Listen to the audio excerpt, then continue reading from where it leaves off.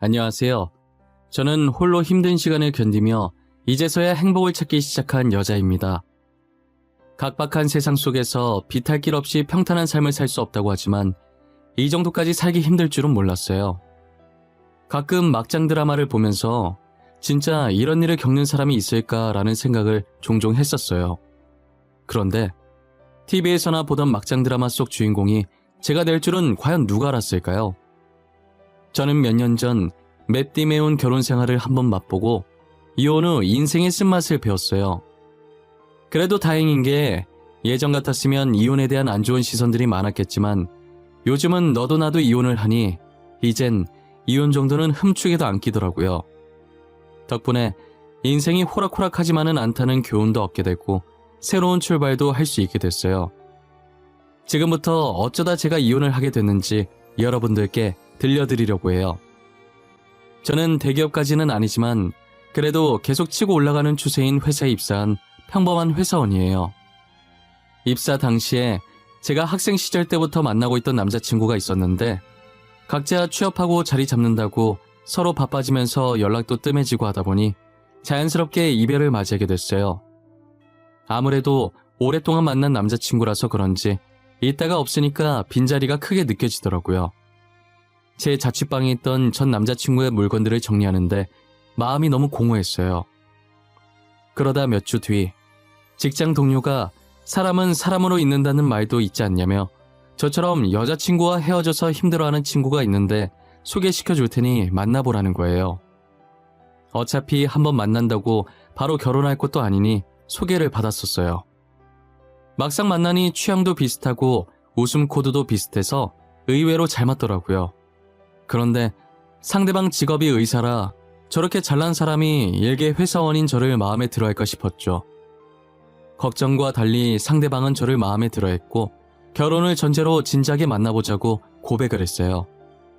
그렇게 저희는 길다면 길고 짧다면 짧을 1년 반이라는 기간 동안 뜨겁게 만나고 결혼을 했어요. 저희가 결혼 전에 임신과 출산에 대해 엄청 이야기를 많이 했었어요. 저는 하고 있는 일을 더 하고 싶고 신혼도 길게 즐기고 싶어서 2년 후에 아이를 갖자고 제안했죠. 남편도 아이 낳으면 돈이 많이 드니 그동안 돈 모으자며 제 의견을 따라주더라고요. 남편은 걱정이 안 됐는데 시어머니는 어떤 반응을 보이실지 정말 걱정을 많이 했어요. 한참을 망설이다 용기를 내서 시어머니께 저희가 내린 결론을 말씀드렸는데 시어머니께서는 가만히 고개만 끄덕이며 듣고 계시다가 흔쾌히 그렇게 하라고 하시더라고요. 솔직히 시어머니 반응을 걱정했던 게 남편이 4대 독자였기 때문인데요. 제 친구들 중에서도 남편이 독자인 집안이 있었는데 임신 압박이 어마무시한 거예요. 제가 결혼 전부터 주변에서 그런 얘기들이 들려오니 걱정이 안 될 수가 없었죠. 다행히 시어머니께서 허락을 해주셔서 아무 걱정 없이 2년간 신혼생활을 즐길 수 있었어요. 하지만 정확히 2년 후부터는 매일매일 지옥 같은 생활들이 반복됐어요. 저희는 시어머니와 약속한 대로 2년간 신혼을 즐기고 아이를 가지려고 노력하고 있었어요. 아이를 언제 가지는 게 제일 좋을지 사주도 보고 옛날 사람 마냥 합방 날짜까지 잡았었어요. 그렇게 노력을 했지만 6개월이 지나도 임신 소식은 들리지 않았어요. 제가 계속해서 임신 소식을 들고 오지 않자 시어머니께서는 날마다 저를 찾아와 2년이면 많이 봐줬다고 빨리 아들을 낳으라고 재촉을 하시더라고요. 아이를 가지고 싶다고 해서 쉽게 가질 수 있는 게 아니니 조금만 기다려달라고 했지만 제 말은 도통 들으려고 하시질 않았어요. 남편은 4대 독자에 시간은 자꾸 흐르니 애가 타신 시어머니의 아들 타령은 갈수록 심해졌어요. 한 번은 시어머니께서 양손 가득 뭔가를 들고 저희 집에 방문을 하셨더라고요. 시어머니 손에 든 것은 조금 큰 쇼핑백과 자그마한 보따리였는데 쇼핑백 안에는 한약 한 상자가 들어있었고 보따리 안엔 쓴 흔적이 있는 여자 속옷과 부적이 있는 거예요. 도대체 이걸로 뭐 하시려고 하나 싶어서 시어머니께 물었죠. 이게 다 뭐예요? 이거 누가 입던 속옷 아니에요? 부적은 또 왜 가지고 오셨어요? 설마 저희 집에 붙이려고 가지고 오신 건 아니죠? 맞는데? 아니 글쎄 점쟁이 말로는 이 부적이 아들 낳게 해주는 부적이라고. 이거 붙인 사람들은 죄다 아들을 낳았다지 뭐야. 아 그러고 이건 아이 잘 들어서게 해주는 한약. 어머님 이런 거 다 거짓말이에요. 돈 받고 팔려고 무슨 말을 못하겠어요. 부적은 그렇다 치고 같이 들어있던 속옷은 뭐예요? 여기 살짝 해진 게 누가 쓰던 것 같은데? 아 이거 아들만 셋 낳은 여자가 썼던 속옷이야. 이거 입고 자면 아들을 낳을 수 있다더라고. 그래서 내가 어렵게 구해왔지. 다들 그 여자 속옷 가져갈 거라고 난리더라니까. 남이 쓰던 속옷을 어떻게 입어요 어머님. 저는 절대 못 입어요. 그냥 부적 붙이고 한약 꼬박꼬박 챙겨 먹을게요. 예, 못 입는 게 어딨어. 그냥 눈 딱 한 번 감고 입으면 되는 걸. 다른 건 몰라도 이거 입고 아들 낳은 사람 내가 확실히 봤어. 미신에 맹신하시던 시어머니는 여기저기서 주워들은 걸 제게 써먹으려고 하시더라고요. 한약은 그렇다 치는데 부적이며 아들 낳은 여자가 입었던 속옷이며 아들만 낳을 수 있다면 아들 낳은 여자의 똥도 주워올 사람이었어요. 저는 목에 칼이 들어와도 입기 싫었는데 딱 한 번만 입으라고 사정을 하길래 정말 미친 척하고 잠깐 입어보다가 몇 초도 안 돼서 정신 차리고 바로 벗었던 것 같아요. 제가 살다 남이 입었던 속옷을 입는 날도 다 오네요. 저는 험한 꼴을 더 보이고 싶지 않아서 얼른 아이를 가져야겠다는 생각이 들었어요. 혹시나 내 몸에 문제가 있어서 임신이 되지 않는 게 아닌가 싶어서 병원에 검사를 받으러 갔어요. 떨리는 마음으로 검사 결과를 기다리는데 제가 배란 장애 때문에 임신이 안 되는 것 같다고 하시는 거예요. 심각한 정도는 아니고 꾸준히 치료를 하면 자연 임신할 수 있으니 걱정하지 말라고 하시더라고요. 그래도 아예 임신을 못하는 건 아니라고 해서 정말 다행이라고 생각했어요. 하지만 남편과 시어머니는 임신 가능성이 있음에도 불구하고 저를 하자 있는 사람처럼 취급하더라고요. 도대체 애 하나도 못 가지고 뭐하고 있냐부터 시작해서 애 못 가지는 여자는 여자도 아니라며 제 자존심을 지하까지 끌어내리는 말들만 골라서 하기 시작했어요. 아무리 시어머니께서 아들에 집착하는 사람이라고는 하지만 그래도 같은 여자로서 시어머니만큼은 제 마음을 이해해 주실 줄 알았어요. 이해는커녕 삿대질을 해가면서 상처가 되는 모진 말들을 서슴없이 내뱉으셨죠. 저는 시댁의 구박을 받으면서도 아이를 낳기 위해 치료를 열심히 받았어요. 하지만 치료를 받고 의사한테서 이제 임신이 가능하겠다는 결과도 얻었지만 여전히 제게 임신 소식이 들리지 않았어요. 그랬더니 시어머니께서는 더 이상 기다려줄 수 없다고 하시면서 애 못 가질 거면 더 늦기 전에 남편 세장가 보내야 하니 하루라도 빨리 이혼하라고 하셨죠. 시어머니께서 저렇게 얘기하시는데 제가 누구 좋으라고 이혼을 해주나요? 저도 쓸데없는 오기가 생겨서 악착같이 이 집에서 버티리라 마음먹었어요.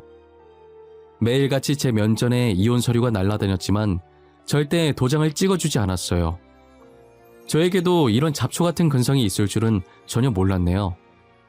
시댁 식구들이 저를 밟으면 밟을수록 저는 더 단단해졌어요. 그러나 단단해졌던 저는 불과 몇 달이 지나지 않아 뿌리채 완전히 뽑히고 말았어요. 시어머니께서는 평소와 달리 저를 다정하게 부르시더니 제 옆으로 초음파 사진 하나를 던지시더라고요. 너 이게 뭔지 알지? 초음파 사진이야. 실제로 보는 건 처음일 텐데 많이 봐둬. 여기 조그만 게 애기야. 보이니 이거? 맞다. 영상도 있는데 보여줄까? 이걸 왜 저한테 보여주시는데요? 이젠 방법을 바꾸신 거예요? 도대체 무슨 꿍꿍이로 이러시는 거예요? 그냥 평소처럼 화를 내세요. 이제 할미가 될 사람인데 점잖게 지내야지. 화를 내서야 되겠어? 저 사진 속 애기 내 새끼야. 우리 손주라고. 그러니까 우리 아들 좀 이제 놔줘.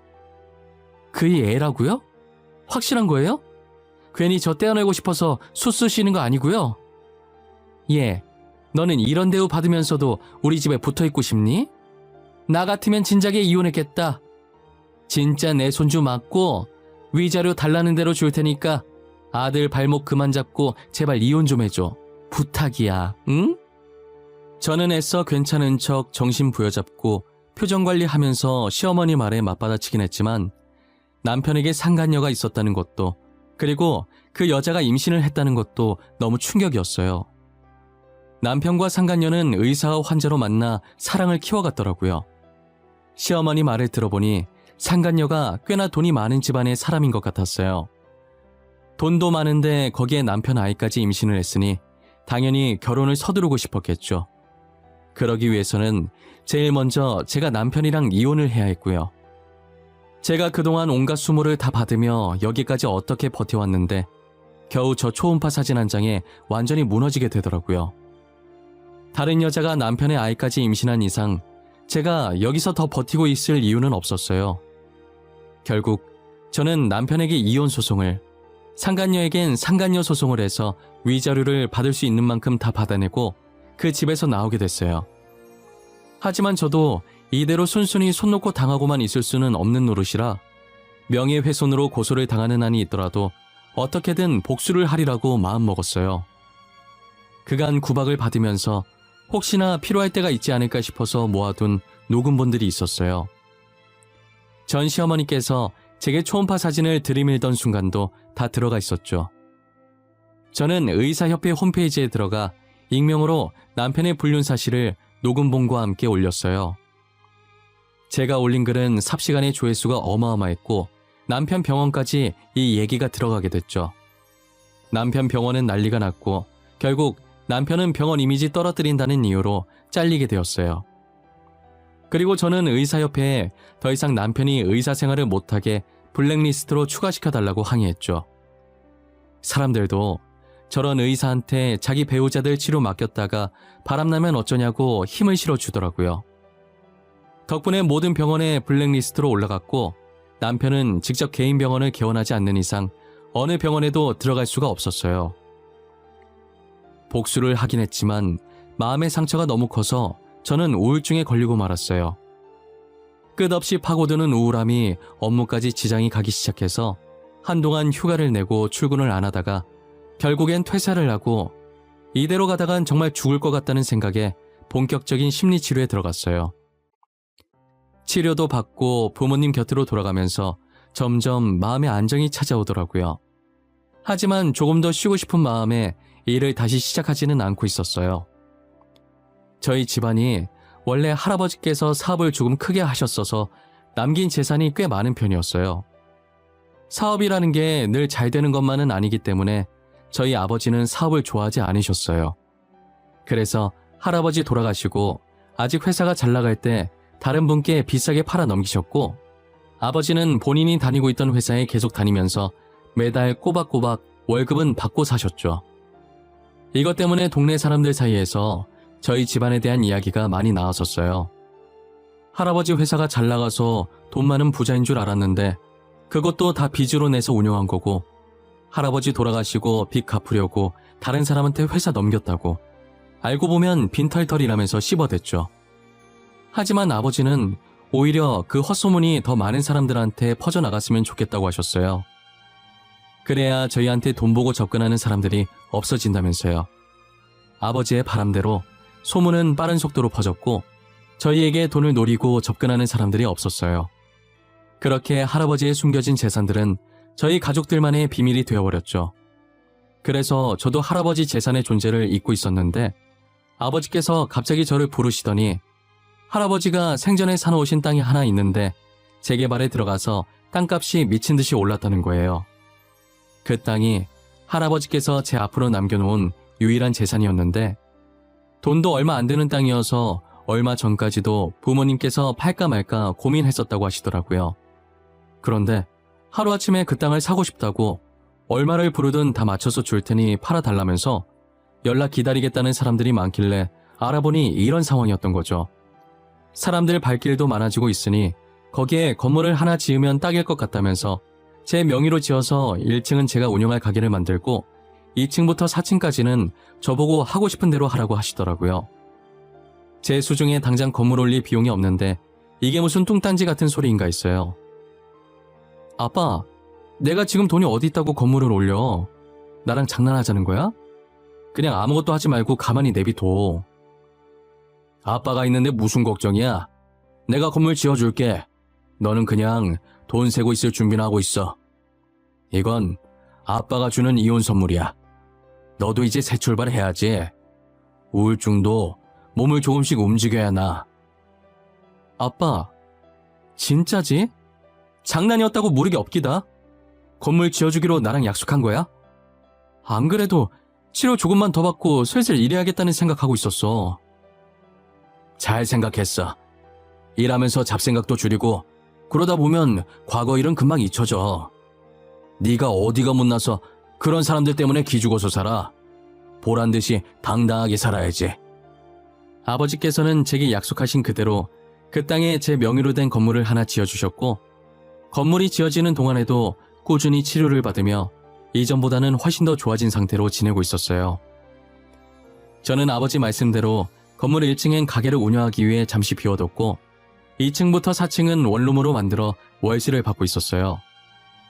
이젠 병원을 가지 않아도 될 만큼 정신이 말끔해져서 슬슬 가게를 열려고 생각하고 있었고, 건물 상태도 확인할 겸 인테리어 구상도 좀 해볼 겸 해서 겸사겸사 건물을 찾아가 봤어요. 그런데 건물 청소하고 계시는 아주머니 뒷모습이 어딘가 되게 낯이 익더라고요. 누구였더라 기억을 되짚어보고 있는데 아주머니는 청소가 끝난 건지 걸레를 들고 일어나 청소용품을 차곡차곡 정리해서 나오고 계시더라고요. 점점 가까워지는 아주머니의 앞모습을 보니 바로 전 시어머니였어요. 전 시어머니는 저를 보고 잠시 멈칫하시더니 이내 아무렇지 않은 척 제 앞에 서시더라고요. 네가 여긴 무슨 일이냐? 설마 너 여기 사니? 원룸이라도 집값 어마어마하던데 우리가 준 위약금으로 들어간 거야? 겨우 원룸 가지고 되겠어요? 원룸 아니고 저 건물이 제 건물이에요. 그런데 제 건물을 아주머니께서 청소하고 계실 줄은 몰랐네요. 뭐? 아주머니? 나 참 어이가 없어서. 내가 왜 네 아주머니야? 나 네 시애미였던 거 잊었어? 이혼한 마당에 계속 시어머니 대접을 해드릴 필요가 있나요? 건물 청소하러 오셨으면 청소만 하고 나가주시겠어요? 사람 화나게 하지 말고요. 진짜 이 건물이 네 건물인 거야? 아니, 어떻게 이게 네 건물이야? 로또라도 당첨된 건가? 뭐든 잘 됐네. 안 그래도 우리가 널 좀 찾고 있었거든. 우리 아들이랑 너랑 재결합시키려고. 제가 아주머니 아들이랑 재결합을 왜 해요? 그 집에 뭐 좋은 게 있다고 재결합을 해야 해요? 왜요? 그 여자가 낳은 아이가 아들이 아니라 딸이었어요? 그년 얘기는 하지도 마라. 요망한 년이 남의 씨 데리고 와서는 우리 집 씨라고 속인 거야. 돈 많은 것도 다 거짓말이었어. 너한테 준 위자료도 대출 써서 줬다더라. 알고 보니 상간녀가 전 남편의 아이를 임신했던 게 아니었어요. 게다가 돈 많은 집안 딸인 줄 알았는데 하루 벌어 하루 살면서 사치 부리는 여자였던 거예요. 상간녀는 전 남편과 만나면서 몰래 다른 남자들과 하룻밤을 즐기고 다녔었나 봐요. 그 많은 남자들 중 한 사람의 아이를 임신했고 아이의 친부는 가난한 집안에다 직업도 변변치 않은데 전 남편은 의사에다 어차피 연인 관계겠다 이참에 팔자나 펴보려고 전 남편 아이인 척한 거죠. 그런데 저와 이혼을 하면서 전 남편이 더 이상 의사 생활을 못하게 되자 상간녀는 이 집안에 더 있을 필요가 없다는 걸 느끼고 전 남편과 헤어졌다고 하더라고요. 그야말로 전 남편과 전 시어머니는 낙동강 오리알 신세가 되어버린 거죠. 그래도 운 좋게 전 남편이 다른 여자를 다시 만났고 이번엔 진짜 돈이 있는 집 여자였대요. 돈은 잘못 벌어도 되지만 무조건 건강해야 한다고 건강검진을 받아오라고 시켰나 봐요. 전 남편은 여자 쪽에서 시키는 대로 몸 구석구석 검사를 받았는데 무정자증이라는 진단을 받은 거예요. 결국 그 여자 집에서 반대를 해서 결혼이 무산됐고 전 남편은 결혼이 무산된 슬픔보다는 무정자증이라는 사실에 충격을 받아 정신을 못 차리고 있다고 하더라고요. 제가 그동안 임신을 못했던 것도 다 전 남편이 무정자증이어서 그랬던 거예요. 그렇게 제 몸에 하자가 있어서 임신을 못한 거라고 구박하더니 정작 전 남편이 씨 없는 수박이었던 거죠. 전 남편의 무정자증 소식을 듣고 나니 그동안 제가 받았던 수모들이 억울해지는 거예요. 그런데 전 시어머니는 눈치도 없이 서로 하자 있는 건 쌤쌤이니까 재결합을 하자고 애원하더라고요. 저는 그런 전시어머니를 뿌리치고 불쌍해서 청소하는 것까진 뭐라 하지 않겠다고, 대신 다시는 아는 척하지 말라고 하고 가게 리모델링 끝날 때까지 건물에 찾아가지 않았어요. 저는 평소에 꽃을 좋아해서 꽃장사도 하면서 일주일에 한 번씩 원데이 클래스를 하기 시작했어요. 제가 오픈하기 전에 전시어머니가 찾아올까 걱정을 엄청 많이 했었어요. 그런데 자신도 저를 잘못 건드렸다가 괜히 일자리 잃을 것 같았는지 제 눈앞에 안 나타나더라고요. 한동안은 안 보이길래 앞으로도 안 나타날 거라고 생각하고 마음 편히 일을 했어요. 3달 정도 지났을 때 전시어머니가 저희 가게에 나타났더라고요. 제 예상대로 그동안 잘릴까봐 안 나타났는데 이제 다른 건물 청소로 바뀌어서 다시 나타난 거예요. 처음엔 말로 다시 잘해보자고 전 남편이랑 재결합해달라고 하시더라고요. 저는 단호하게 절대 재결합할 마음 하나도 없으니까 돌아가달라고 했어요. 그랬더니 갑자기 소리를 지르면서 제 뺨을 때렸다가 가게에 있던 꽃을 저한테 던졌다가 꽃 담으려고 놔뒀던 통들을 찾다가 아주 난리가 난 거예요. 어차피 가게에 CCTV가 있어서 증거 자료로 제출해서 고소하고 손해배상 청구하면 되니까 가만히 있었어요. 제가 계속 가만히 있으니까 약이 올라서 더 열받는지 자기 분을 이기지 못했어요. 그러더니 자기 옆에 있던 꽃을 뽑아서 바닥에 팽겨치고 그 통 안에 있던 물을 저한테 뿌리려고 했는지 통을 잡고 힘을 주는데 누군가에 의해서 통이 다시 바닥으로 떨어졌어요. 물이 사방으로 튀었고 통은 바닥을 나뒹굴고 있었어요. 저는 물을 맞을 준비하며 고개를 살짝 숙이고 눈을 감고 있다가 통이 떨어지는 소리에 고개를 들었죠. 전시어머니 앞을 막아선 건 저희 가게 단골 손님인 아주머니 한 분과 젊은 남자분이셨어요. 이 아줌마가 진짜 미쳤나? 지금 남의 귀한 집 딸한테 이게 뭐하는 짓이에요? 요즘 시대에 남의 영업장에 와서 무식하게 누가 이런 짓을 한답니까? 네? 어디서 배워먹은 버릇이에요? 당신은 누군데 끼어드세요? 남의 일에 신경 끄고 가던 길이나 마저 가세요. 내가 내 며느리한테 화 좀 내겠다는데 무슨 상관이야? 며느리는 무슨 며느리? 이혼했으면 남남이지. 도대체 여기에 당신 며느리가 어디 있는데? 이제 내 며느리예요. 그러니까 당신 한 번만 더 여기 나타나면 진짜 내가 가만 안 둘 거예요. 알겠어요? 아주머니는 전시어머니한테 삿대질하며 고래고래 소리를 지르셨고 전시어머니는 처음엔 같이 소리 지르다가 아주머니의 포스에 압도되어 아무 말도 못하고 계셨었어요. 그리고 남자 손님은 안에서 전화하기엔 시끄러우니 가게 밖으로 나가서 경찰에 신고를 해주고 계셨죠. 결국 전시어머니는 경찰에게 끌려나갔고 저와 손님 2분도 같이 경찰서에서 참고인 조사를 받았어요. 손님의 증언과 제가 제출한 CCTV 증거를 토대로 전시어머니는 폭행과 영업방해, 그리고 기물파손으로 벌금과 손해배상 청구를 피할 수 없었어요. 그리고 경찰서 간 김에 더 이상 시댁이 찾아오지 못하도록 접근금지 신청까지 하고 나왔어요. 접근금지 신청 때문에 저보다 먼저 나간 손님 2분은 제가 나올 때까지 밖에서 기다리고 계시다가 제가 나오자 한달음에 달려와서는 많이 놀랬겠다고 걱정해 주시더라고요. 저를 도와준 아주머니와 젊은 남자 손님은 모자지간으로 정말 사이가 좋으셨어요. 저희 가게에 일주일에 3-4번은 오시는데 가만히 보고 있으면 저도 괜시리 웃음이 나는 가족이었죠. 원데이 클래스도 들으러 오시고 꽃도 사러 오시고 아주머니께서는 가끔 제 일도 도와주시곤 하셨어요. 부모님만큼이나 편한 분이 있냐고 물으면 바로 아주머니라고 답할 수 있을 만큼 제게 너무 잘해주셨죠. 제 일을 도와주면서 이런저런 얘기를 하다가 제가 이혼했다는 사실도 밝히게 됐고 아주머니께서도 남편과 사별을 했다는 사실을 알게 되었죠. 요즘은 이혼 흠도 아니라고, 얘기 들어보니까 제 잘못 하나도 없으니 당당하게 살라고 조언도 해주셨어요. 아주머니는 저의 이런 추한 과거 얘기도 서스럼 없이 꺼낼 수 있는 편한 분이셨어요. 걱정 가득한 눈빛으로 제 손을 꼭 잡아주시는데 마음만큼이나 손도 참 따뜻하셨죠. 그러다 문득 가게에서 아주머니께서 전 시어머니한테 하신 말씀이 생각나는 거예요. 자신의 며느리라고 하신 게 단지 저를 구해주시려고 한 말 같은데 괜히 무슨 뜻인지 궁금해지더라고요. 그래서 셋이서 나란히 경찰서에서 가게로 돌아오는 길에 살짝 물어봤어요. 제가 계속 괜찮다고 했는데 굳이 가게를 치워주겠다고 하셔서 같이 가던 길이었거든요. 저 아주머니, 혹시 아까 하신 말 무슨 뜻이었어요? 제가 아주머니 며느리라는 말이요. 저 구하시려고 다시는 나타나지 말라고 일부러 하신 말이죠? 그런 것도 있고, 지은 씨가 진짜 우리 며느리 했으면 좋겠다는 마음도 있고. 나 지은 씨 되게 좋아하거든. 어른들한테 싹싹하고 일도 꼼꼼하게 잘하고. 갑자기 고백 같은 거 받으니까 기분이 이상하네요. 저도 아주머니 좋아해요. 엄마같이 친근하고 편하고 따뜻한 분이시라 너무 좋아요. 괜찮으면 우리 아들 녀석 한번 안 만나볼래요? 애가 좀 답답해서 그렇지 심성은 착해. 사실 저 녀석 꽃에 관심 하나도 없어.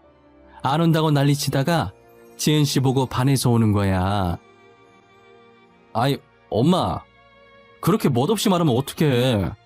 내가 나중에 고백하려고 했단 말이야. 엄마 때문에 다 망쳤어. 이제 쪽팔려서 지은 씨 어떻게 보냐고. 자식아, 내가 오죽 답답하면 그랬겠냐? 사내답게 그냥 밥 한 끼 하자고 하면 될 걸 뭘 그렇게 꾸물거려. 그러다가 다른 잘난 남자한테 뺏기면 어쩌려고. 알고 보니 두 분은 저를 아내와 며느리감으로 마음에 들어서 저희 가게에 자주 오셨던 거였어요. 남자 손님이 저랑 안면 트고 친해진 뒤에 부담되지 않게 천천히 고백을 하려고 했는데 지켜보던 아주머니께서 답답한 나머지 먼저 말해버리신 거죠. 저는 어떻게 고백하든 두 분이 정말 좋으신 분이란 걸 알기 때문에 아무 상관이 없었어요. 저희는 아주머니 덕분에 얼떨결에 연애를 시작하게 됐죠.